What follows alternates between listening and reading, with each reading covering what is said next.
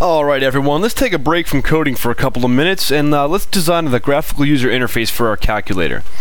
This part can be pretty fun.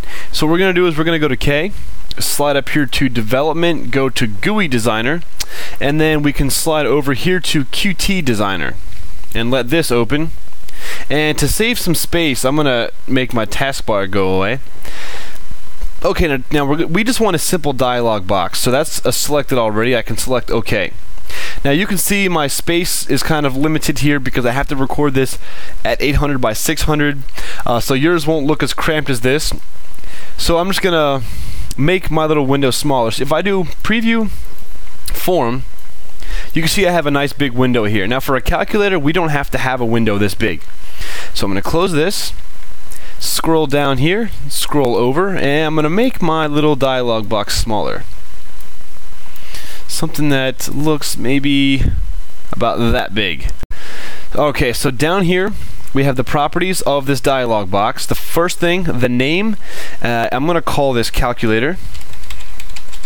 I might change that later, haven't decided yet.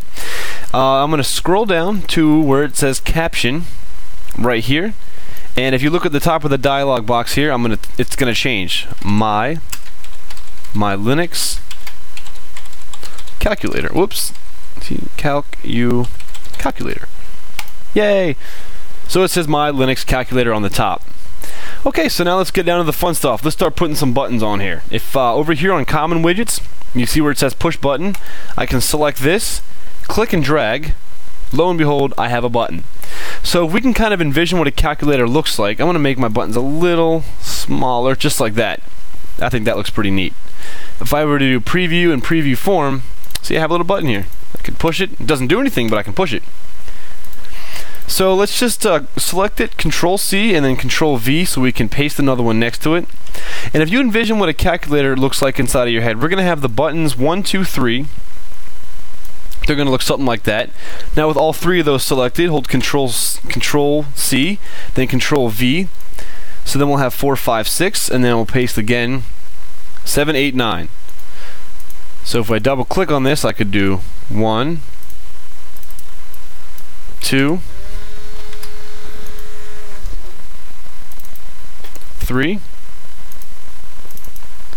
4, 5, 6. All I'm doing is I'm double clicking on them and I'm changing their value. 7, and all this is doing is this is changing the value of what it says to me. It has nothing to do with like the programming itself. So I got buttons 1, 2, 3, 4, 5, 6, 7, 8, 9. Preview form. So I have all my buttons here. 1, 2, 3, 6, 5, 4. They don't do anything, but they're there. Close this. Now if you can also envision a calculator, I'm going to take one of these buttons. There's usually a 0 button down here that takes up about that much space. So if I double click on that, I could change the value of it to 0. I'm going to copy this 3 here, paste it below it, and there's a nice little spot there for a decimal. So we got the little, even though it might be hard to see, there's a decimal there, there's a dot. And let me copy these two, paste them right next to this. We'll make this one, we'll do times, so we'll do a capital X for times. This will be subtraction, and then usually below subtraction, whoops, I'm gonna copy that button. Usually below subtraction we're gonna have a nice tall plus. Alright, and we might be slowly running out of room here. I'm gonna select all of them, move them over. So then I'm gonna copy this line again and paste it next to it, because we have a couple more buttons we need. This one is going to be division, so I can do a slash or division sign. This one will be SQRT for square root, and this one here will be equals, and then OK. So I have a good amount of buttons here. I'm missing one button, however, and we'll just, make one real quick. Make it all look nice and pretty. This is my clear. Alright. So I got a little bit of space. I have space here for my display and maybe something here I can write.